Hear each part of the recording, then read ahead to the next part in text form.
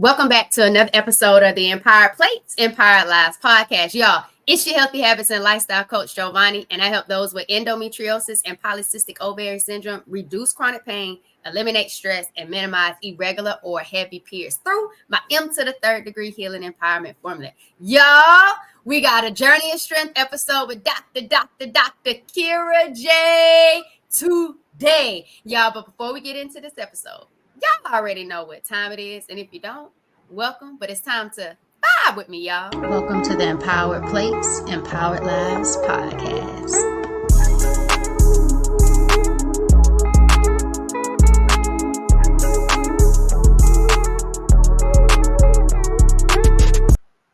Y'all, we are thrilled to have Dr. Kira J with us, a healthcare administrator, professional, a life coach, and author of the upcoming book, S.E.L.F. All right, y'all, which outlines a powerful 3-step method achieving freedom within our own being. Y'all, Dr. Kira J, her journey is one of resilience, having battled PCOS, polycystic ovary syndrome, weight issues, and mental health challenges. But through it all, she discovered that the key to success in life and health lies in the power of your mindset. Y'all, today she'll share how we can all shift our mindsets to heal our bodies, achieve our goals, and live the lives we truly want. Welcome to the Empowered Plates, Empowered Lives podcast, Dr. Kira J. Hello. How are you this morning? I'm so excited to be here and so excited to talk about this journey. Yo, Kira J, let's start it off like this. What is one word to describe your PCOS, your polycystic ovarian syndrome journey thus far? One word. I would say in the beginning, the word was unknown because I didn't know anything about it. And now that we're where I am today, embrace. I embrace the fact that it is one with me, a part of me, is something that I don't have to technically deal with, but embrace to be able to move forward. I like that. Embrace is a good word. And I like it because it's like the core values of Forward Vibrations, embrace. Because I think that's what we need to do more of in this thing called life is embrace. Embrace the unknown, embrace healthy habits and lifestyle changes, embrace what life has to offer, despite the things that we cannot control or the things that are not within our reach in order to, like, say, like PCOS, endometriosis, fibroids, adenomyosis, like embrace the things that allow us to empower ourselves to heal. And heal within our own measures. But let's talk about this thing. So, Kira, your journey struggling with weight, PCOS, hormonal imbalances, to creating the S.E.L.F method. Kind of share a little bit about your personal experiences and what led you to develop this method, and what was the turning point for you in regards to this. So in the beginning of my 20s, I had yo-yo weight. My heaviest, I've been 300 pounds. At my lowest, I've been 150 pounds. I try every quick fad diet that you can think of, between pills and jumping up and down and whatever it is that worked. I did it. And yes, it worked, but it never was sustainable. So as I continued to gain the weight back, never really noticing that the weight was there until, of course, you put on a pair of pants, your favorite pants, and they don't fit. And you're like, oh, time to lose some weight. So from there, I actually got married, and we are family planning, and I wanted to have a baby as soon as possible because it's like, why not? And it wasn't working, and I couldn't figure out if it was him or if it was me, but knowing that it was me solely because I had never really tried and never had the space of being pregnant. So I just automatically assumed it was me.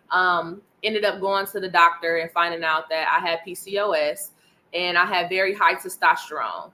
But also sitting there with myself trying to figure out, like, it made no sense. I don't have a mustache. I don't have a goatee. My face isn't full with acne. So this could not be me. Took the blood, and long and behold, yes, I have PCOS. I had high testosterone. High enough that it also made sense as to why I had a bulky stature. And throughout the years of my life, I had got teased because I used to be told I looked like a linebacker.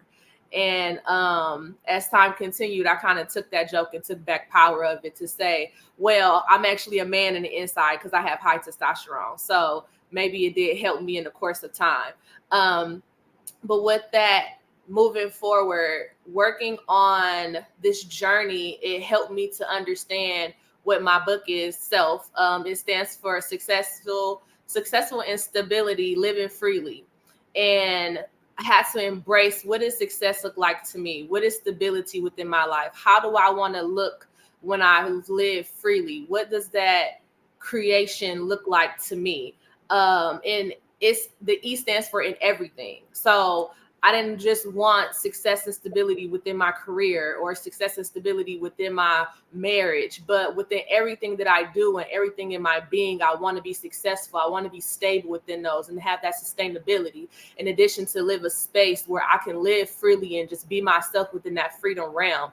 And what does that look like for me? So I essentially made this method of course, working on it and perfecting it over time, and using that to be able to embrace myself and empower who I am as an individual. The turning point for me is recently during this journey, my mother actually got sick, and she ended up getting nephrochizing fasciitis, which is a sugar eating infection. And when you have sugar sensitivity and not supposed to have a lot of sugar in your body, when your body is filled with sugar, this particular disease spreads throughout the body as a whole. And it spread so quickly. One moment she was sitting up, talking, having a regular conversation. The next minute she was lethargic and wasn't able to even sustain sitting up.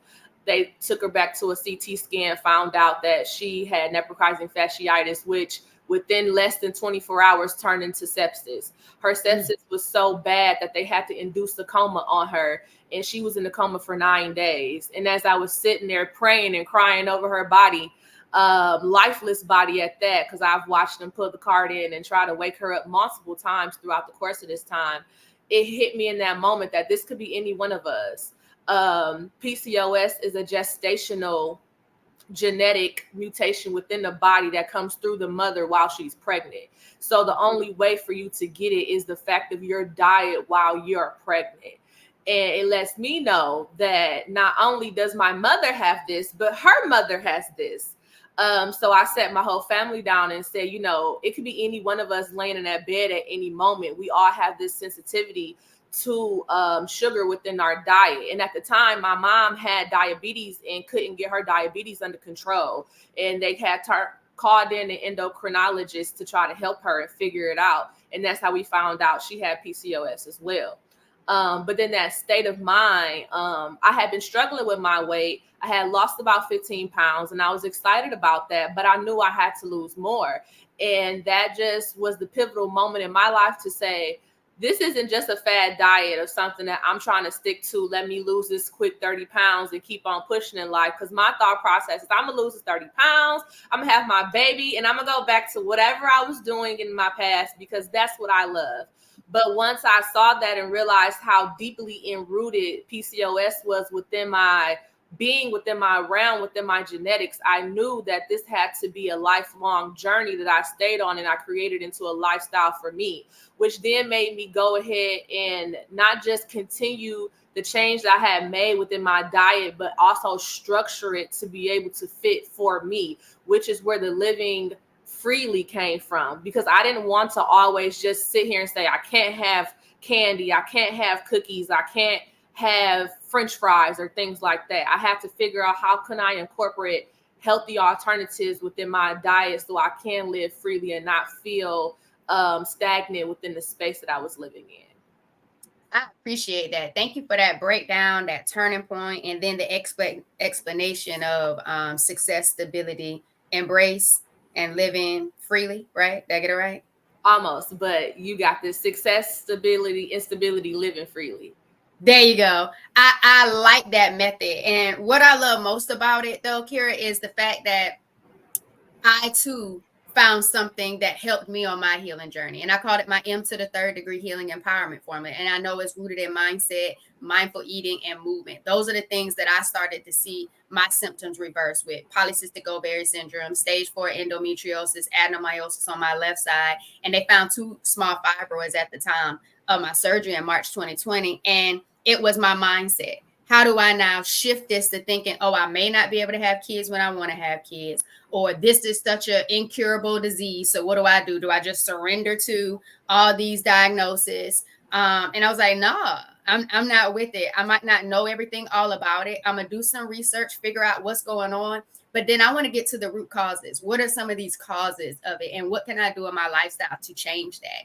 And then I started realizing, because I read this book about boundaries with my line sister. And it was like I had a lack of boundaries. I was in a toxic relationship. I didn't have boundaries when it came to my family. Like I never knew that. I wasn't raised up with boundaries. It kind of was just kind of, I think you said you were, I don't know if you said Southern Baptist, but I grew up and it was just more so you do what they say do when they say do it. And it's just kind of like you don't push back because they provide and they do all these things. So it's like there was no set of boundaries all through my childhood, through college. It was a people pleaser thing. And it was just like, this ain't good. Like, I'm not showing up for me. And so once these diagnoses hit and I'm thinking I was good, like my body was good. What is happening? What are you talking about? I was like, I got to cause a shift. I got to do a shift. So I moved to a different space. I needed to be in a different space. I needed to dedicate to my healing. And at first was me showing up for me getting back to loving me. And because all of these things are overwhelming, especially when they say they don't have a cure and you think you can't do what you thought your normal womanly body was supposed to be able to do. So it was mindset. And then it was like you said, getting into the things we needed to eat. We needed to change. The things that I loved didn't love me back. I would notice, now that I'm more aware, what foods didn't make me feel good after I ate it, no matter how much I really wanted it, or they provided comfort, or, it was a craving for, or it's just something I used to go to. And so I needed to start changing my relationship with my food. And then it was the moving. And unlike you, I did get the beard and the goatee, and I seen it in my family. But it wasn't until I did like 100 miles in September last year, and then about 70 something miles in October, just walking, me and Spencer, that I saw a huge decrease in like my facial hair, as well as not having any processed foods and stuff. And I think that's almost around the time that we probably met too, Kira. I'm not quite sure when we met on Facebook and we started talking about it. But you were like, I know I want to have kids. This is overwhelming. I need to lose the weight. And I was like, I would really say, let's get on this plant-based journey. Let's really emphasize plant-based foods. No, it was in March, Kira, because that's when I started my raw journey. It was in March. It was March 18th. That's when I got diagnosed. March 15th. Yep, because we became accountability partners. Yep. And I was just like, and you were like, well, I want to do it, but I want to try to have a baby by June. And I was like, listen, this is a lifestyle change. Once you start this, you got to still be healthy when your baby get here. And that's a big misconception sometimes for people with PCOS or endometriosis. They want to get on a certain path just to get pregnant. And it's like, but you want to have a healthy pregnancy. You want to still be here after your child is there. And if you have a female, you should want to make sure that child knows how to live a healthy, vibrant lifestyle. So I was like, Kira, move forward. Don't look back. You got this. And you was like, okay, let's go. I like to cook. I can make these changes. And you started it and you were going. So let's talk about mindset over matter, Kira, because you had all of these different mindset shifts. How did you shift your mindset from feeling limited by these conditions to realizing that you could take control and achieve the health and life that you desire? So for me, I'm a healthcare professional, but I know a lot of individuals are like, okay, what exactly do you do? I'm not a nurse. What I do is research, and is what I do for a living, is what my love is to really fall down that rabbit hole and find what it is that I'm looking for. It could be my best friend, but it can also be my worst enemy, because what I first started was to try to find the quick fix. What do I need? I was taking 20 vitamins a day. I'm like, this is what I need. This is what's going to help me. This is what's going to reverse this. Because I wasn't just determined to figure out PCOS. I was determined to reverse it. I did not want it. I don't claim stuff. And that is the old school Southern Baptist in me, where I'm like, I'm not going to claim it. But the new school piece of that is I'm going to get rid of it. So one thing that I am really big on is not listening to Western medicine. What we have to understand is Western medicine is something that is taught in a book. And it's wonderful to have books and we need books. However, we also need to go back to our roots. which is the Marcus Garvey movement, which is the Afronism movement, and understanding who we are as individuals. And it's something that we carry that other people do not, which is the Eve gene. And the Eve gene states that in reality, we were taken, a people lost, taken from an area. And our genetics go back deep rooted into that area. And then what that looks like for us. I don't know if you guys are into like witches and vampires and things like that, but I am. So I watch those different movies and I bring it up to create a point. I just finished watching a episode of A Discovery of Witches. And essentially vampires weren't able to turn other people into vampires, and witches were losing their spells and wasn't able to create different things. Well, they went into science and genetics to try to figure out what was happening because their species was dying off. Or what they found out was all of these creatures were interconnected together. And it was because of the interconnection within these species that they were able to thrive and live a long way. And I take that and look at us. We are interconnected within the space that we live in. Yes, we have this genetic background from a space that we may not know and is unknown to us, but we also are ingrained within the space that we are in. And what we have to understand is that is where the genetic mutation occurs. That is where the difference is and why we have more prone problems of diabetes, metabolic syndrome, high blood pressure, and things like that. Because we came from a space where we were hunter-gatherers in addition to we didn't eat this type of food.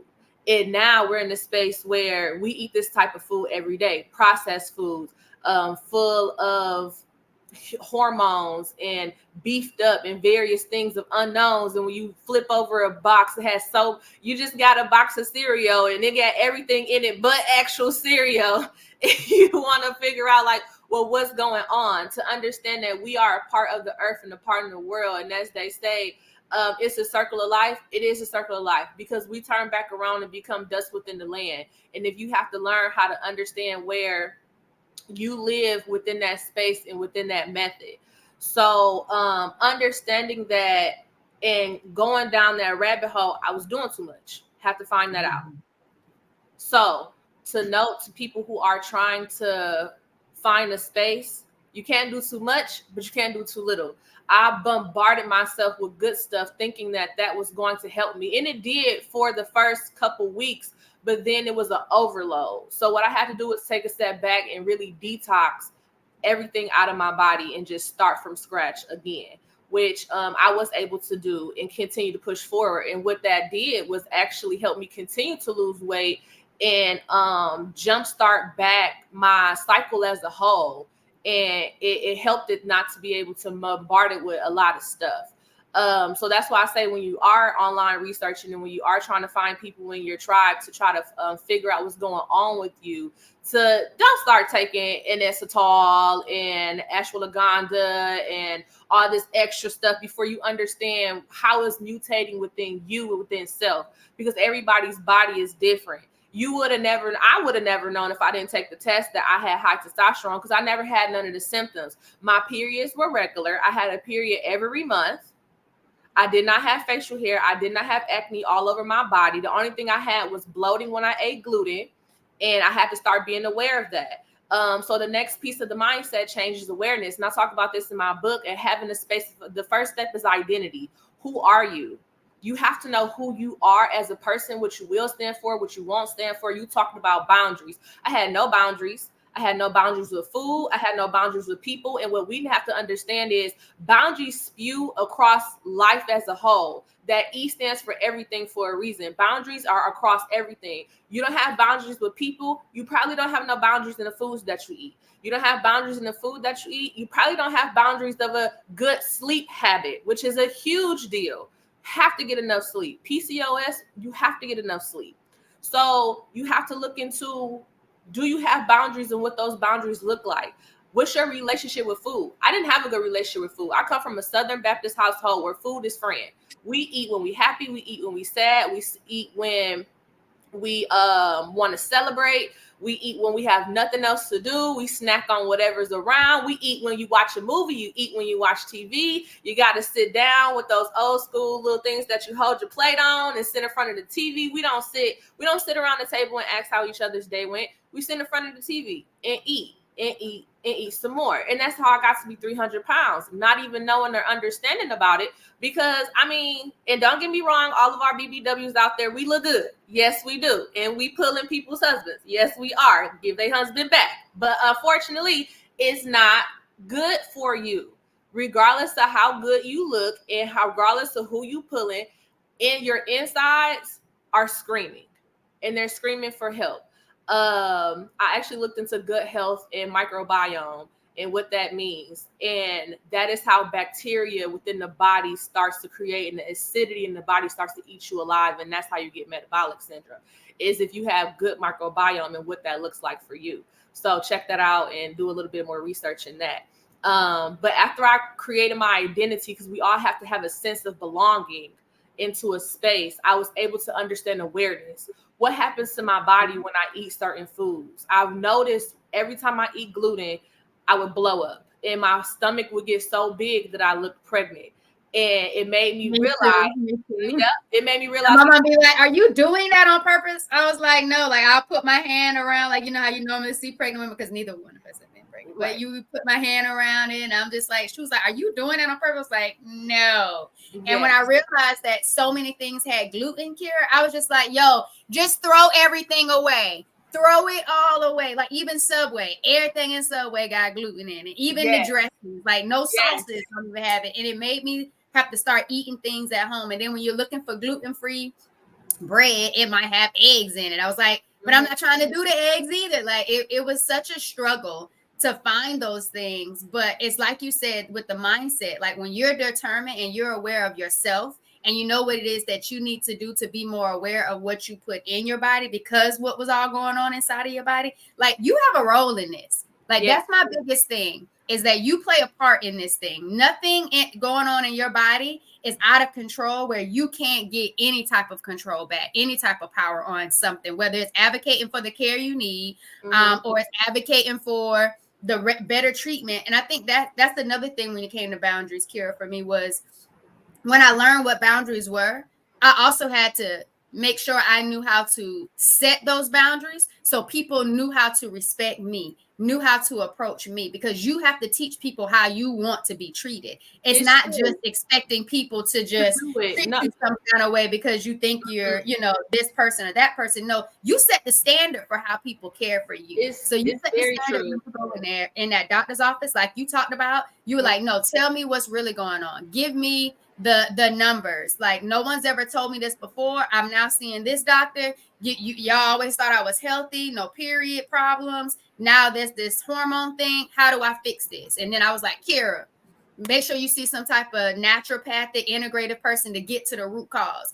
You went to go see a herbalist, and you went to get better information on how that went for you. Kind of give people an experience of what that looked like for you to get more insight outside of the traditional healthcare system, to reach out to someone like an herbalist to get better insight of what was going on in your body so you could start making the changes. So full disclaimer, I don't trust doctors. I never have. And this is because I used to be an executive director of small clinics and skilled nursing facilities. And I've sat in a room with them and watched them make so many mistakes that I've had to come back and fix and save lives. So for me, I already started off with this thought process, and the thought process that everybody has to have is doctors are human. These individuals that we give these high titles to and believe should be better than us, in reality, why? Why should they be better than you? Why should you be under them? You're on the same level of knowledge that they have. They opened up a book and read a book, and you can open up a book and read a book too. If college isn't for everybody, but for those who go to college, have the understanding of, I'm sitting next to the same person that may be a lawyer tomorrow and may not be, depending on if they get through the class. And that's the same thing with a doctor. He may be or she may be a doctor tomorrow if she gets through the class. So it's really we used to have a joke when I was at the University of Michigan. If we paid $100,000 for this piece of paper, It's a piece of paper that they paid $100,000 for to go in and tell you something about yourself. But I don't know if individuals notice, and I want people to really challenge it. When you go to a doctor, usually what happens is you go in, you tell them your symptoms, they draw your blood, they run some tests, and they come back with a couple things that it could be. Because that is their job, to come back. These are the symptoms that you had. This is what it could be. They're going to run some tests, and the tests are what's going to confirm. They're just analyzing or telling you the data from it. We all can do that. So essentially, my first step is to get somebody who looks like me. I'll never go to a doctor that does not look like me, because how do you know what stressors that I'm going through life as a Black woman in America if you're not a Black woman or man in America? They shooting down men every day. They're pulling African-American men out of the household to ensure that we have single mothers and create this space where Black women feel like we don't need anybody. So that is a systematical racism that's been here, and they have had over 400 years to perfect it. So we're living in this perfection. And I say that to say you have to get somebody who understands, who looks like you, and who comes from a space that you come from. So my first step is to find a doctor that looks like me. That's my first step. Once I do that, I see what they talk about, because just, I listen to them first and ensure that they're knowledgeable. What are we saying? So my doctor, Dr. Mamu, when I'm gonna shout her out, she's the best doctor I know. You guys in California looking for a doctor, go find Dr. Mamu. She's wonderful. She's East African, and she is this tall. I knew she was for me when she came in with the hips, and that's how it is. Okay. She came in, she was not this skinny, flimsy doctor who looked like she ate salads every day. She is a medium height hippie woman who, looked like us. She looked like me, which lets me know she has some experience. Come to find out, she got PCOS, endometriosis, and everything. And okay, here we go. I have somebody not only that looks like me, but has already been through, because she's older than me, so she's already been through the motions of trying to figure out what's going on. And she was experienced. Before I even took a test, she looked at me and said, you probably got PCOS. We all have it. And she started to break it down from how she looks at it in East Africa, bringing it all the way to America. And I love a person with knowledge, because if you have some knowledge that's not in a book, but you're telling me something that's lived experience, that lets me know that you have some information. My next piece is, when I'm talking to a doctor, they don't shut down what I'm saying. I'm telling you that I have something that's wrong. I'm telling you that I know it's my body and it's not working properly. And you don't sit there and say, well, let's just take a test to see what the test say. It's actually listen to what I have to say. And you don't have to agree, but we can sit here and create a beautiful dialogue to be able to refute what I'm saying and refute what you're saying, to get to a conciseness at the end. So I told her, I want to go see a herbalist. I want to do these different things. And she was for it. She was like, yeah, go see a herbalist, see what they got to say. Bring me back the information, because she was as intrigued as I was. And let's create something together. And it worked, because I had all these individuals working toward a common goal, and not someone going in to tell me, oh, well, you need a regular PCP, then you need an endocrinologist, then you need a gynecologist, then you need, you don't need all them people.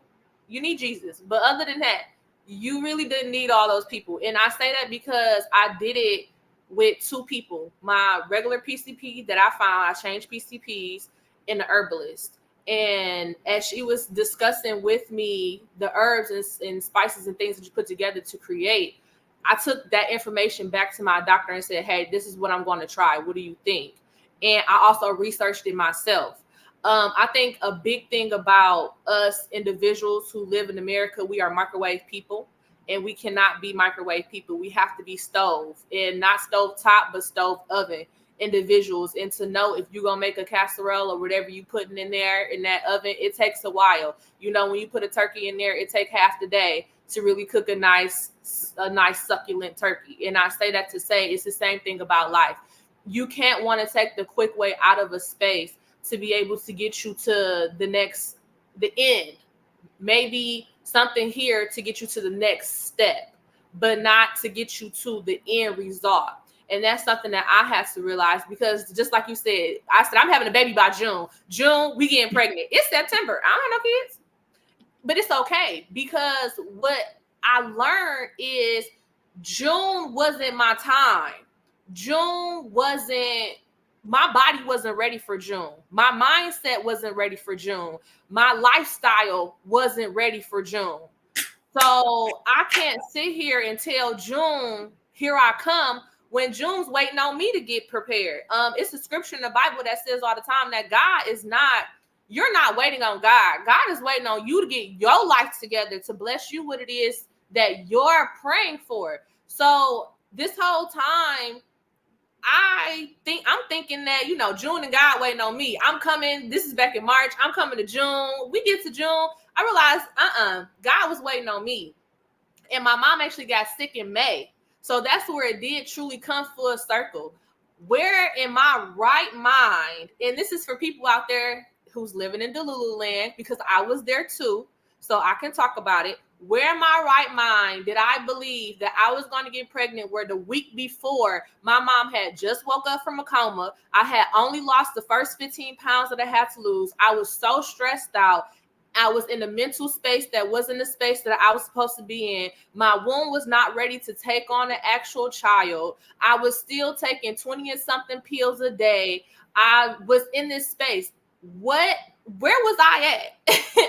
I was not there. I like that you said that. First, I want to give a shout out to the fact that you found a good team that worked for you. It was your herbalist and it was your PCP who heard you. They worked together. They took the information together, because we know in traditional medicine, they run labs. But when you go to an integrative specialist, they run a deeper level of labs or a panel to get more insight of what's going on. And so I love that you were able to find that. I too was able to find a good team to work for me as well, because my nurse practitioner was my sorority sister. So she already knew me, had a relationship with me, cared about me. So what I had to say, she was listening.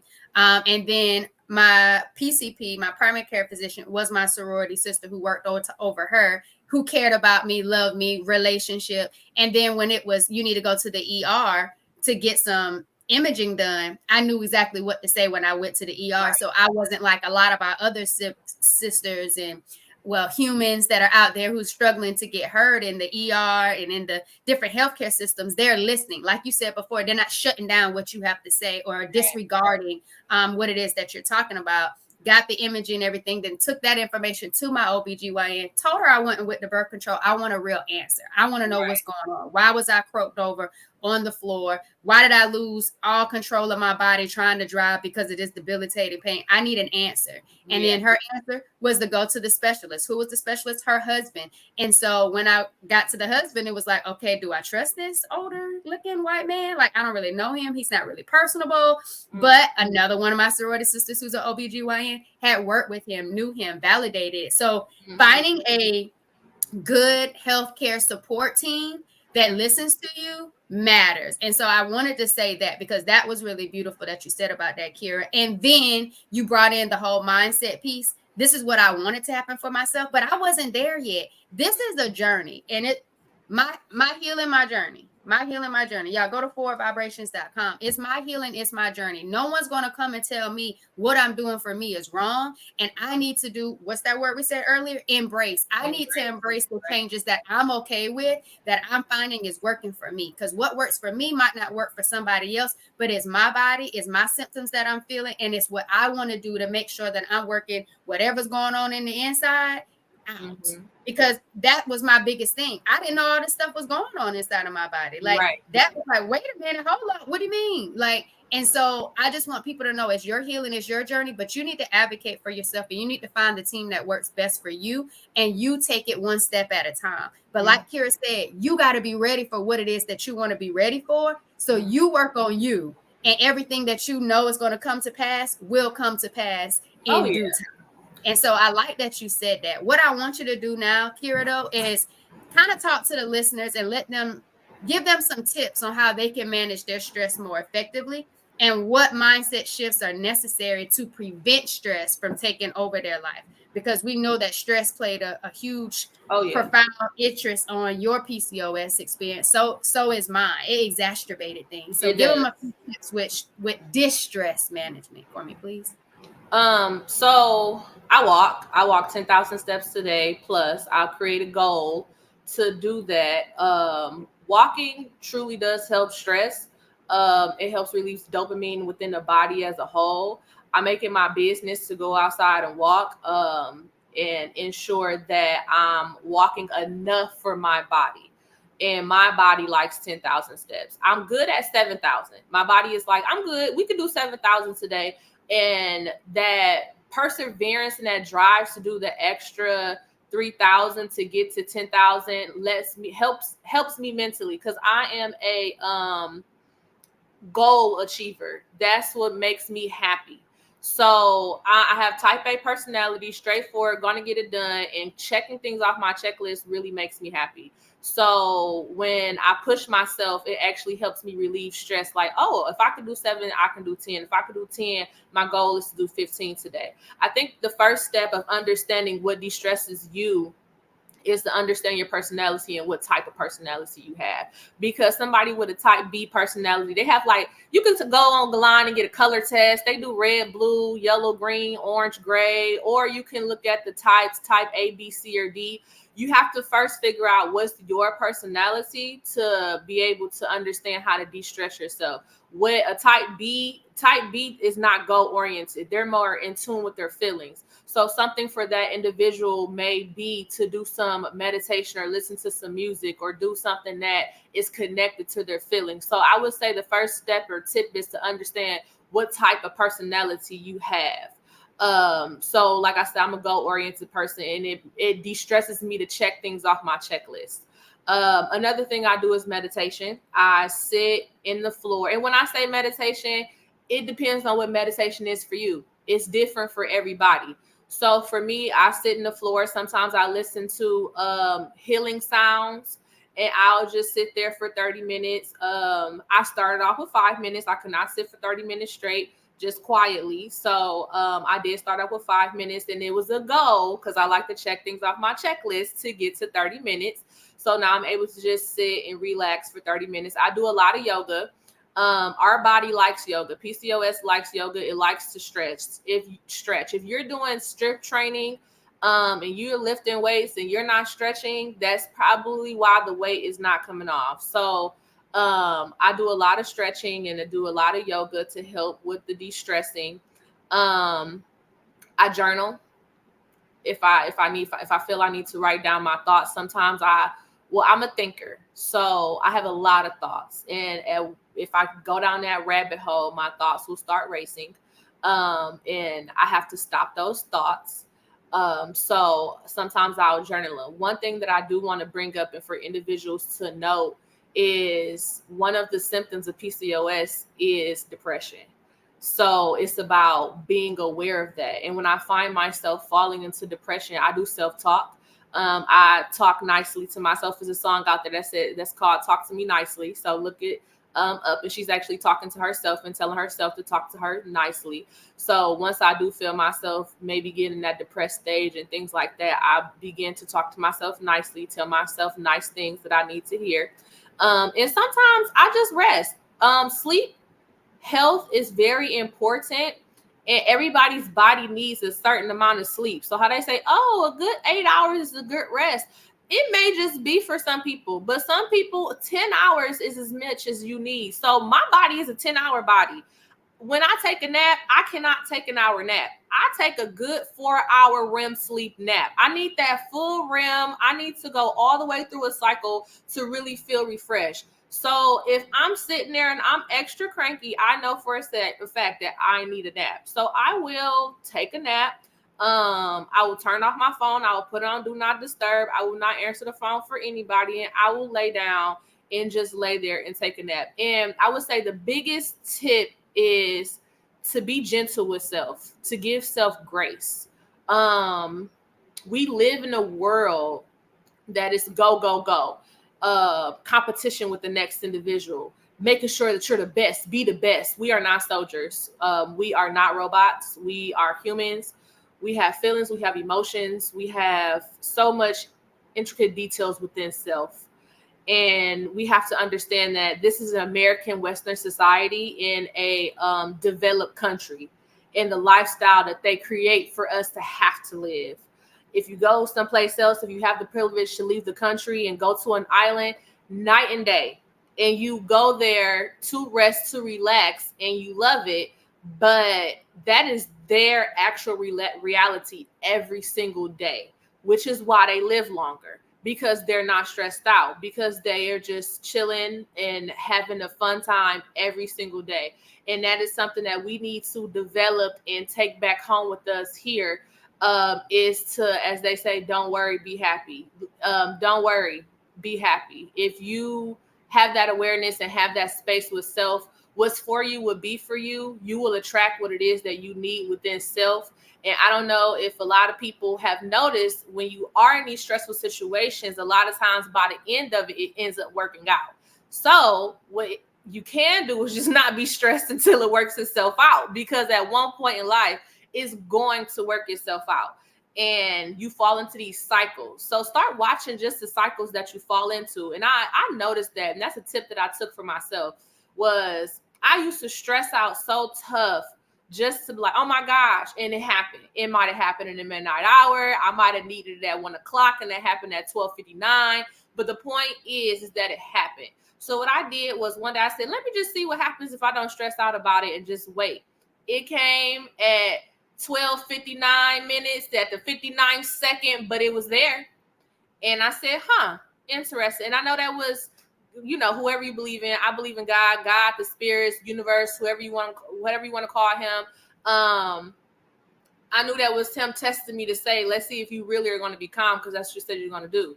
But then what I did was take that and implement it within every space in my life. And we have to be aware and conscious of that. I like that. You really broke down a lot of different things. One thing that stood out to me that someone said before on the podcast was, they would send themselves voice notes. Like, they would record talking nice to themselves. So that way, when they get to a moment of feeling kind of low vibrational, slightly depressed, they would go and listen to that voice note they created when they were feeling good. Mm-hmm. So it was like that positive self-talk that they can now listen to their voice, talk to them, and bring them back up. So it made me think about that when you talked about that. Love giving grace. Talk about giving grace all the time. I love that you said, start with your 5-minute meditation. I used to do meditation right after working out when I did go to the gym, because I love walking too. And walking is my thing. And you talked about that. But I would put on like a 10-minute meditation and go and sit on the massage bed and let that be part of like my cool down type thing, with a little water pressure thing, and listen to a 10-minute guided meditation. I like guided meditations because it helps me continue to put my thoughts away and truly focus on the voice and do the things that I need to do to be present with my body. I like that you talked about cycles. Being aware of the cycles that you constantly put you through is major. Again, that goes back to awareness. And when you are aware, there are certain things that you can start to adjust. So then that way, you can figure out your way forward. So I love that. I love that you talked about the journal. Y'all, in the description of this video is an 8-week journal. It's the Healing Empowered Journal. What I want you to do is go on an 8-week journey with yourself. Document daily what it is that you're doing. And through the weeks, I think there's 2 journal prompts within the journal itself for you to really reflect and think about who it is that you are and how you're showing up. So that way you can start identifying some different habits that you might want to in place in your life to help you with distress management. And then I like checklists too. Checklist makes you feel like this sense of, I don't want to say empowerment, but this sense of productivity that you got stuff done. When you're not writing it down, you're just thinking, you're leaving it up to your mind to continue to show up for yourself in so many different ways. And then when you forget, you're upset. Now you have to find a way to give yourself grace. But if you just kind of wrote down what it is that you wanted to accomplish, what it is that you wanted to do, start finding a routine for yourself, you'll start feeling better because you're now showing up for you in a totally different way. And a lot of times in life, we start showing up for other people more than we show up for us. And so making sure you prioritize a list just to show show up for you each and every day is powerful, because you're going to start to love yourself and build that confidence in yourself, and knowing that there's nothing that you cannot do because you're doing the things daily for you. And so I think that's a beautiful thing as well. So I just wanted to hit some of those things that you talked about. But Kira, I have one more question for you, then we'll go into our last two questions. So you've overcame a lot, like a lot, and you're now empowering others through your work as a life coach and author. What is your why behind this work, and how does it continue to drive you and help others transform their lives? We would really need like a whole day to talk about everything. But to sum it up, like 2 minutes times. Right. To sum it up, my main why is that I don't want people to have to go through the same thing I went through. I went through it, and I can say it's not fun. So I don't want individuals to have to, and I've been through a lot of therapy. So therapy works, people. Please go to therapy. I've had 4 therapists in my life. I just, sometimes I sit back and think, and I'm accomplished, I'm good, I'm happy and blessed for where I am. But there are times that I do think, where could I have been if I didn't have to do all this soul work in the beginning? And how far could I might be president right now if I didn't have to do all the extra stuff in the background. And to say to individuals, be validated. Don't wait for other people to validate you. Your feelings are validated. You are validated.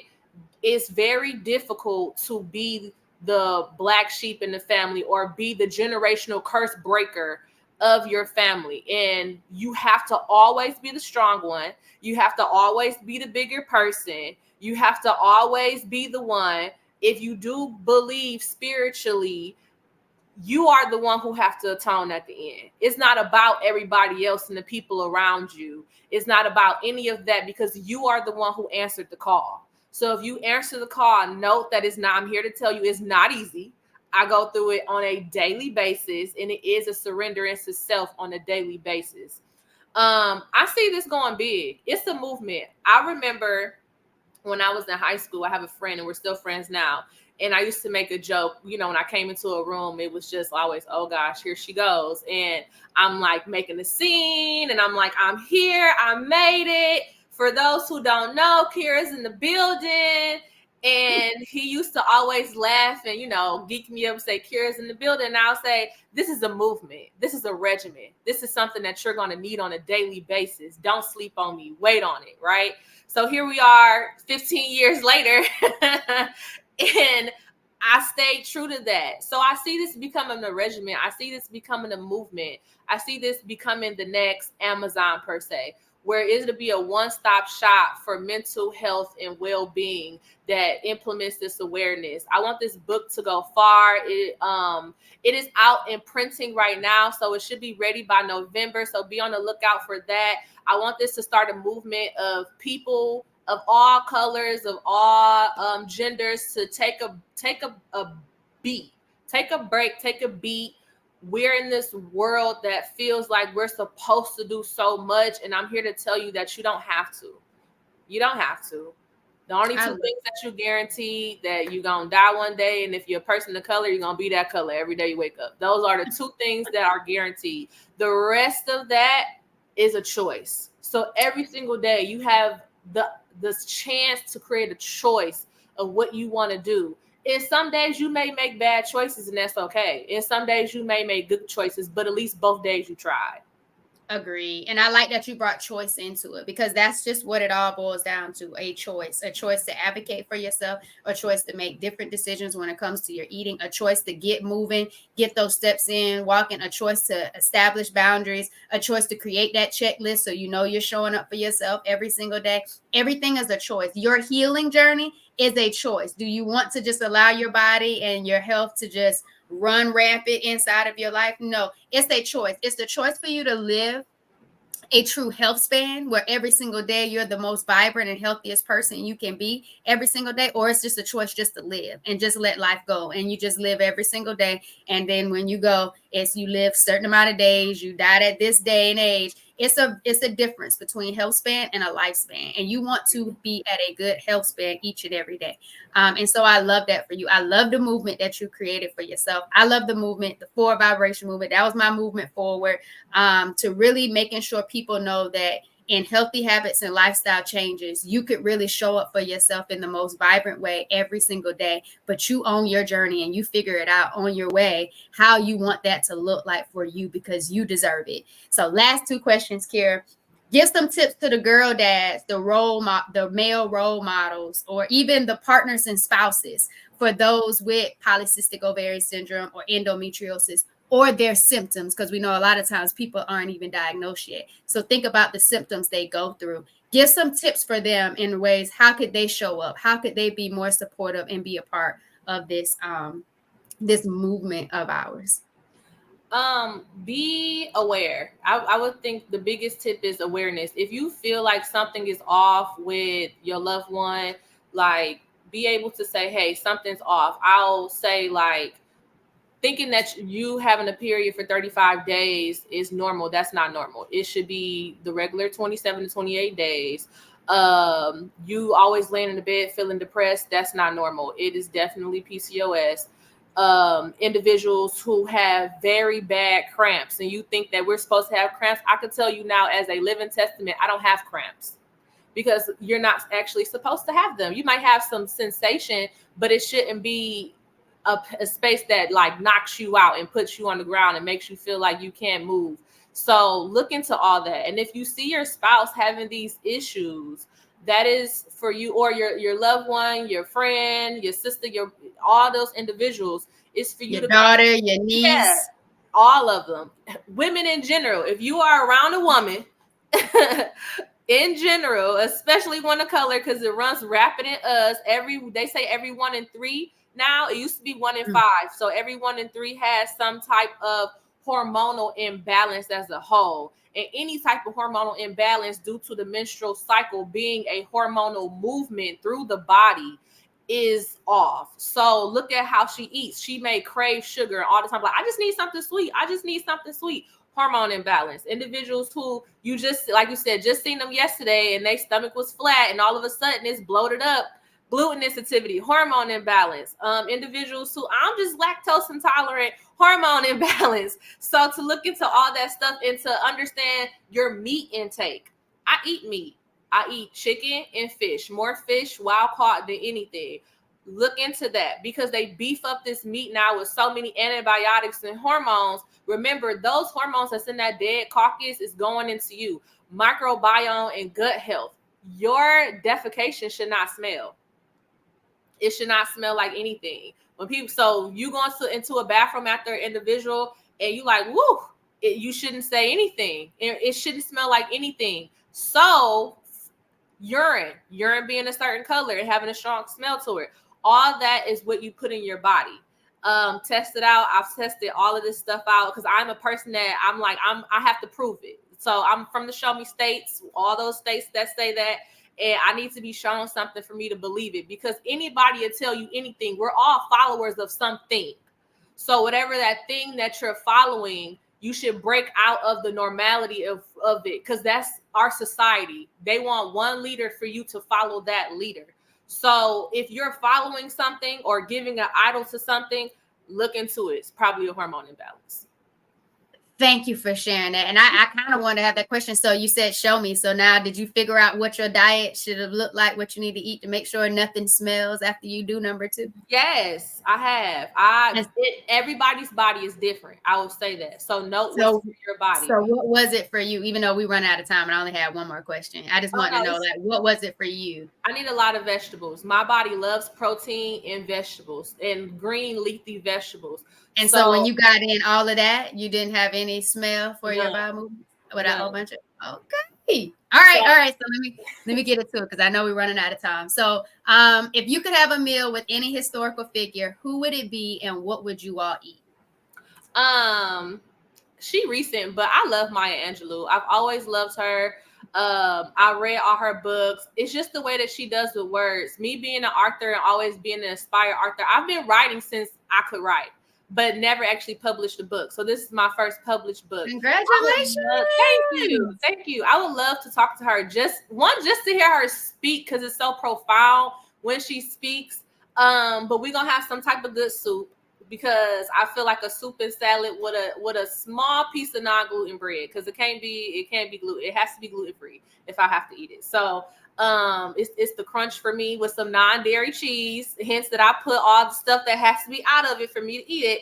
But I just feel like listening to her speak over a good like stroni soup that has some good vegetables in it and is hearty, because she's going to give me some hearty information. I feel like the words, because I have a play on words myself, so I feel like the words that she gives me is going to give me this space of where I want to sit down and just think for a minute. And I love conversations where afterwards I feel like my spirit and my vibrations have been higher, and I can sit and just reminisce on it. And it's like the singing within the blood per se. It's like the words sing to me over time. So I would love just to hear her, and her story as a whole is powerful. So I just would like to hear it from the horse's mouth. I always had a dream that I would meet her in person. I mean, she's passed away now, but I feel like her books and her movement as a whole still reigns supreme within the space. I love it. Well, I thank you for sharing that. I appreciate you for coming and sharing your journey of strength with polycystic ovary syndrome. And again, I remember back when we met in March, and I was sending you episodes so you can get an insight of like what everybody else's journey kind of looked like and what some people were doing. So one, I thank you for being my accountability partner for those 3 days as we started to embrace something different that we've never had done before, and help each other with redefining our relationship with food and sending each other empowered plates and our steps and everything like that. So I'm just so happy for you, because I've seen us evolve over that time. And so that was almost 6 months ago. And so I can only imagine what it's going to look like for us 6 years from now within our own personal movements, because of what we've experienced in life, and how we want to make sure that our journeys is a testament or a vibe of empowerment for other people with these conditions that might feel a little under or overwhelmed in regards to what life could look like for them. So let everybody know where they can find you. And then we'll get ready to get out of here. Sure. My website is fervently self.carrd.co. The book is on there, about the book is on there, and the upcoming website that's coming is selfcoaching.carrd.co. So if you're looking for coaching, if you're looking for any assistance as a whole, please go ahead and fill out a form and send that to me. If you want to send me an email, I'm KIRAJAI.DASINDOGHA@gmail.com. I'm definitely looking for people to vibe with, to sit down and have conversations with, and to be able to assist.